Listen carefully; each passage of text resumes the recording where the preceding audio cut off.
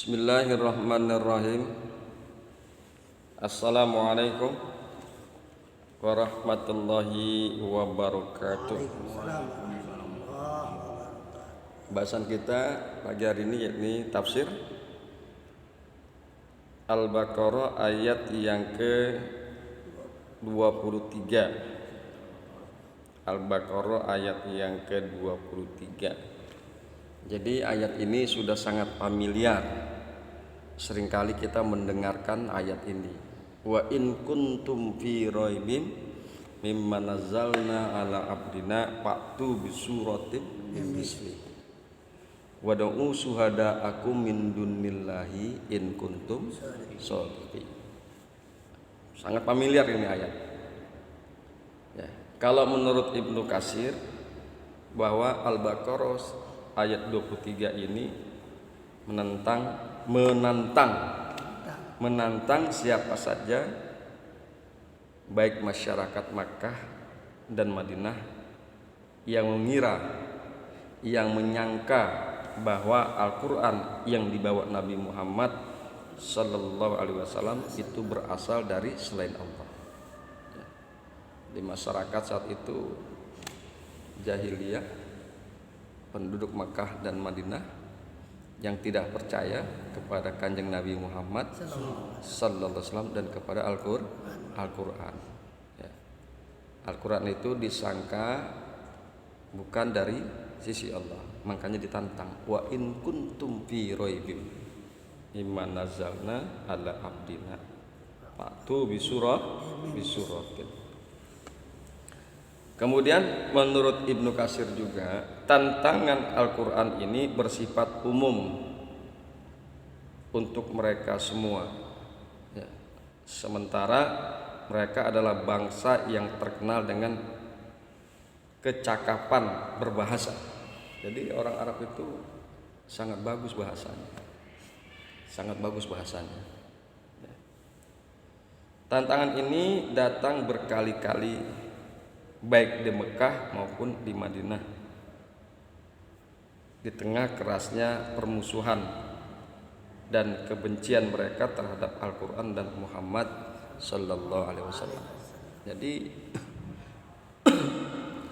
berkali-kali mereka menyangka, sering mereka menyangka dalam pikiran mereka bahwa Quran ini bukan dari Allah, berkali-kali. Sehingga pada satu kesempatan Allah menurunkan Al-Baqarah ayat 123, dan jika wa in kuntum fi raibin, dan jika engkau ragu-ragu, wa in kuntum raibin mimman nazzalna ala abdina, dari apa yang kami turunkan kepada hamba kami, fa'tu bisurat, maka buatlah oleh kalian akan satu surah. Jadi berkali-kali memang, berkali-kali mereka seperti itu, yang menyangka Quran ini buatan Kanjeng Nabi. Ya, itu di tengah-tengah permusuhan antara mereka dengan Kanjeng Nabi, antara mereka dengan sahabat. Dengki dan benci kepada Kanjeng Nabi. Jadi kalau orang udah dengki nih Pak Udin, hatinya ketutup udah. Kalau orang udah benci misalnya kepada kita, itu hatinya udah ketutup. Boro-boro yang jelek, yang baik aja dianggap jelek. Itu artinya udah dengki, udah benci. Nah ini terjadi. Dasarnya memang dengki dan benci kepada Kanjeng Nabi Muhammad Sallallahu Alaihi Wasallam. Pada saat yang bersamaan mereka tidak berdaya memenuhi tantangan Al-Quran. Jadi mereka nggak mampu. Mereka nggak mampu memenuhi tantangan Al-Quran. Ya. Orang-orang Makkah dan orang-orang Madinah tidak mampu memenuhi tantangan Al-Quran, tidak mampu membuat satu surah pun laksana Al-Quran. Bismillahirrahmanirrahim. Kemudian Wa in kuntum fi raibin fi syakkin mimma nazalna ala abdina Muhammadin minal Qur'ani annahu min indillah. Wa in kuntum fi raibin fi syakkin, dan jika kalian ragu-ragu, syak, jika kalian ragu-ragu, mimma nazalna ala abdina, dari apa-apa yang telah kami turunkan ala abdina kepada hamba kami. Siapakah itu hamba kami? Muhammadin, yaitu Muhammad. Jika kalian ragu-ragu dengan apa-apa yang kami turunkan kepada Muhammad minal Quran, daripada Quran, ya.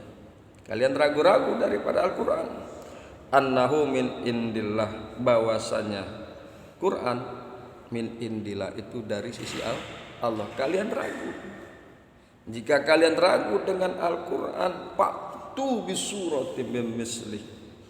Fa'tu bisuratim min mislih, maka datangkanlah, ya, maka datangkanlah dengan satu surat semisal Al-Quran ay al-munazzali wa min lil bayan. Min itu adalah menjadi bayan, keterangan, ya. Surat mim misli, daripada semisal Al-Quran. Ayya misluhu, maksudnya dia itu adalah semisal Al-Quran. Fil balaghah, di dalam balaghahnya. Fil balaghah, di dalam balaghahnya. Wa husnil nazam, dan keindahan nazam, susunan katanya, ya. Wal ikhbari, dan khabar, berita-berita, anil gaib, dari perkara yang gaib. Wa suratu qit'atun laha, dan surat adalah sebagian baginya. Awalun wa akhirun, awal dan akhir. Aqalluha salasu ayatin, sedikit-dikitnya surat itu 3 ayat. Inna a'tainakal kautsar fasalli li rabbika wanhar inna sani'aka huwal abtar. Ini kan 3 ayat. Bikin deh 3 ayat aja. Artinya bahwa Allah menyatakan gak butuh semuanya gitu. Satu Quran dibikin gak butuh, 3 surah, 3 ayat aja laksana. Inna a'taina kal kautsar, dari awal sampai akhir. Kemudian yang dimaksud dengan nazam, ya, faktu bisuratim mim misli, maka datangkanlah olehmu, maka buatlah oleh kalian dengan satu surat semisal Al-Quran. Fil balaghah, di dalam balaghahnya.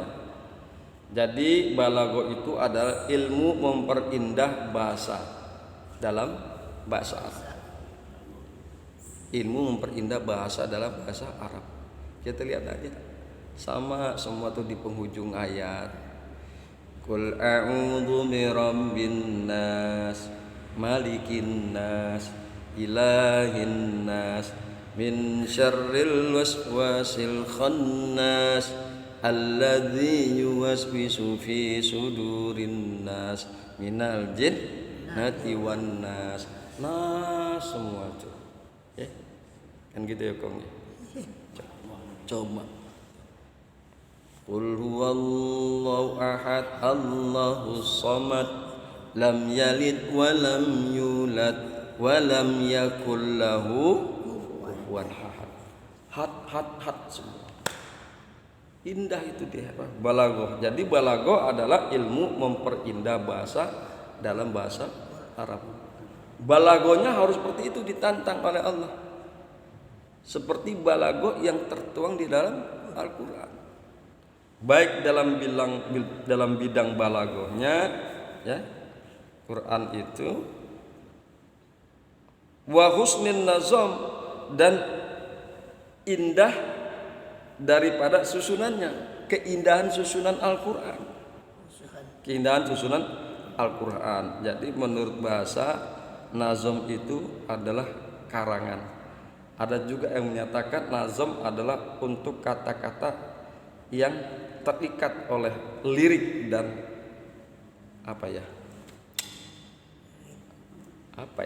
lirik dan baris. Kemudian nazom syair, kan indah tuh. Coba aja lihat, kata-katanya indah, puisi. Sehingga dengan nazom dan indahnya balaghah, orang tuh nggak bosan.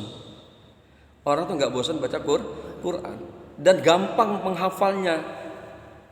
Ya Pak Udin, coba jutaan orang menghafal Quran. Enggak 100-200 jutaan orang menghafal Al-Quran. Ada yang 1 juz hafal, ada yang 2 juz hafal, ada bahkan sampai 30 juz hafal. Yang hebatnya, ia menghafal itu bukan orang Arab lagi, orang di luar Arab yang bahasanya bukan bahasa Arab seperti Indonesia ini. Kemarin kan ada lomba tuh hafiz Quran kecil, anak kecil tuh. Ada tuh, bayangin anak 7 tahun dia sudah hafal 30 juz. Coba bayangin. Ya Pak Udin, kemarin kan ada kan lomba hafiz Quran anak-anak kecil. Jadi karena indahnya balaghah, indahnya nazam, akhirnya Quran itu enak dibaca, nggak bosan dibacanya dan mudah dihafal. Bikin deh kayak begitu, ditantang tuh penduduk Mekah dan penduduk Madinah. Kemudian dikemukakan juga wal akhbari, semisal di dalam balaghah, semisal dalam keindahan susunannya nazam, wal akhbari anil ghaib, dan berita-berita perkara yang gaib, berita-berita yang kita nggak tahu selain dari Al-Quran. Itu berita-berita yang gaib, misalnya orang-orang terdahulu sebelum Kanjeng Nabi Muhammad, cerita bagaimana Adam alaihissalam penciptaannya. Wa iz qala rabbuka lil malaika inni ja'ilun fil ardi khalifah. Tuh, Adam dengan Kanjeng Nabi ribuan tahun. Ya, sebelum Nabi diutus ribuan tahun jarak Adam alaihissalam dengan Kanjeng Nabi Muhammad sallallahu alaihi wasallam. Terus juga di dalam Al-Quran bercerita tentang Nabi Nuh alaihissalam, bagaimana air bah menimpa kaum Nabi Nuh alaihissalam. Jaraknya antara Nuh alaihissalam dengan Kanjeng Nabi ribuan tahun. Nabi Ibrahim juga begitu. Tergambar dan tertuang di dalam Al-Quran. Buat kita itu kan gaib, karena ribuan tahun sih, bukan setahun 2 tahun. Adam dengan Muhammad jaraknya bukan setahun 2 tahun. Kita ini manusia biasa pasti lupa kejadian, jangankan ribuan tahun, 3 tahun yang lalu gak bisa jadi lupa. Ya gitu kan ya Pak Udin. Tapi ini bisa ribuan tahun Kanjeng Nabi menceritakan tentang Adam, tentang Nuh, tentang Ibrahim. Dari mana? Kalau bukan dari Allah. Itu pasti berita itu datangnya dari Allah Subhanahu wa ta'ala. Apalagi itu perkara yang gaib, misalnya surga. Emang ada yang udah pernah masuk surga? Nggak ada. Tapi Kanjeng Nabi Muhammad bisa bercerita di dalam Al-Quran bagaimana surga, bagaimana neraka, gaib itu. Kan salah satu perkara yang gaib adalah surga dan neraka. Alladzina yu'minuna bil ghaib. Apa itu? Al-Ba'as dijelaskan di dalam awal-awal Al-Baqarah, Al-Ba'as, An-Nar, Al-Jannah. Orang bertakwa itu adalah orang-orang yang percaya dengan gaib. Perkara gaib tentang neraka, contohnya tentang surga. Tapi Kanjeng Nabi Muhammad bisa bercerita tentang surga dan tentang neraka, apa yang terjadi di dalam surga dan neraka. Padahal kita nggak tahu, jangankan surga, kiamat aja kita nggak tahu berapa ratus atau berapa ribu tahun lagi. Kan surga itu setelah alam barzakh baru masuk alam akhirat. Pakai acara di apa? Dimintai pertanggungjawaban amal kita. Yang kafir masuk ke dalam neraka, yang beriman masuk ke dalam surga. Di yaumil hisab. Sekarang aja kita borok-borok masuk ke dalam akhirat, alam barzakh aja belum. Tapi Kanjeng Nabi Muhammad sallallahu alaihi wasallam sudah bisa menceritakan bagaimana surga, bagaimana neraka. Buat siapa itu surga? Buat siapa itu neraka? Udah Kanjeng Nabi udah bisa bercerita. Diterangkan di sini di dalam tafsir Jalalain wal akhbari anil ghaib. Kan gitu ya Pak Udin. Buat siapa itu neraka? Innal ladzina kafaru min ahlil kitab wal musyrikina fi nari jahannam khalidina fiha ulaika hum syarrul bariyah. Kan gitu Pak Udin. Udah tahu Kanjeng Nabi nih nanti neraka ini buat orang-orang kafir. Kafir baik dari ahli kitab Yahudi maupun Nasrani dan orang musyrik tuh neraka ntar tempatnya. Kong ya. Dari mana Kanjeng Nabi tahu neraka? Dari Allah. Allah sampaikan melalui wahyu kemudian dituangkan di dalam Al-Qur'an. Kan gitu. Innal ladzina amanu wa amilus solihati ulaika hum khairul bariyah. Jazaum inda rabbihim jannatun adn. Buat siapa itu surga? Untuk orang-orang yang beriman dan beramal saleh. Kok tahu Rasulullah itu buat orang-orang beriman dan beramal saleh surga? Dari Allah. Bukan Kanjeng Nabi bisa ngarang-ngarang, bukan. Ya kan gitu ya. Bikin deh. Kalau enggak percaya dengan Al-Quran itu datangnya dari Allah, bikin satu surat saja seperti Al-Quran, nazomnya, balaghahnya, dan berita-berita yang gaib, bikin deh. Kalau ente mampu, kan gitu ya Pak Udin. Kemudian apa itu lagi? Kiamat juga. Itu kan perkara yang gaib. Kita juga nggak tahu kapan hari kiamat.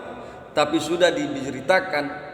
Kanjeng Nabi sudah menceritakan di dalam Al-Quran tentang hari kiamat. Di antara iza zulzilatil ardu zilzalaha wa akhrajatil ardu asqalaha. Itu kan berita tentang kiamat Pak Udin. Dari siapa Kanjeng Nabi Daud kok berita kiamat seperti itu? Iza zulzilatil ardu zilzalaha, apabila nanti bumi itu sudah bergoyang dengan keras, sangat luar biasa bergoyang, ya kan? Bagaimana berita itu Kanjeng Nabi bisa dapatkan? Dari Allah. Dari Allah. Digambarkan begitu kerasnya nanti kiamat. Datang dari Allah berita-berita tersebut. Kan gitu ya Pak Udin. Bikin deh Quran. Kalau ente nggak percaya sama Al-Quran dari sisi Allah, bikin tuh Al-Quran satu surat aja yang berita-beritanya perkara-perkara gaib seperti Al-Quran. Dan perkara gaib itu adalah benar nyata adanya. Memang kayak dulu begitu kok. Kejadian Adam alaihissalam memang begitu dulu kok. Peristiwanya Nuh alaihissalam ada air bah. Kan begitu. Memang begitu kok peristiwanya Ibrahim ketika dibakar oleh Raja Namrud dan lain sebagainya. Itu bukan karang-karangan, benar nyata adanya kejadian itu. Dari mana beritanya? Dari Allah. Wasuratu qit'atul laha awalun wa akhirun. Dan bermula surat, ya. Surat itu surah sebagian baginya, sebagian. Awalun wa akhirun, awal dan akhir. Bikin deh. Aqalluha salasu ayatin. Sedikit-dikitnya surat itu 3 ayat. Bikin deh. Ya, bikin. Inna a'tainakal kautsar fasalli li rabbika wanhar inna sani'aka huwal abtar. Sok bikin. Sok mangga bikin. 3 ayat aja tuh dari Al-Qur'an. 3 ayat dalam satu surat saja, awal dan akhirnya laksana Al-Quran. Seperti contohnya tuh dari Inna a'tainakal kautsar aja. Sok bikin.